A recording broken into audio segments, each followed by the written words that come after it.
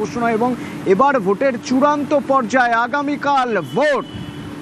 আমাদের রাজ্যে প্রথম দফার ভোট আগামীকাল। উত্তরের এবং দক্ষিণের জেলা মিলিয়ে মোট 16টি জেলার 152টি বিধানসভা আসনে আগামীকাল সকাল 7টা থেকে ভোট নেওয়া শুরু হবে। এরপর দ্বিতীয় দফার ভোট 29 এপ্রিল অর্থাৎ পরের সপ্তাহে, সামনের সপ্তাহে। সেখানে আবার 7 জেলার 142 আসনে ভোট নেওয়া হবে এবং রেজাল্ট আউট 4 মে।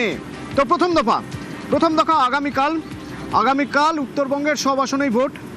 দার্জিলিংয়ের 5টা, কালিম্পংয়ের 1টি আসন, আলিপুরদুয়ারের 5টি আসন, জলপাইগুড়ির 7টি, কোচবিহারের 9টি, উত্তর দিনাজপুরেরও 9টি এবং দক্ষিণ দিনাজপুরের 6টি আসনে ভোট। তার সঙ্গে মালদার 12 আসন এবং মুর্শিদাবাদের 22 আসনে কাল ভোট। শুধু যে উত্তরের জেলাগুলো তাই নয়, দক্ষিণবঙ্গের 7 জেলাতেও কাল ভোট।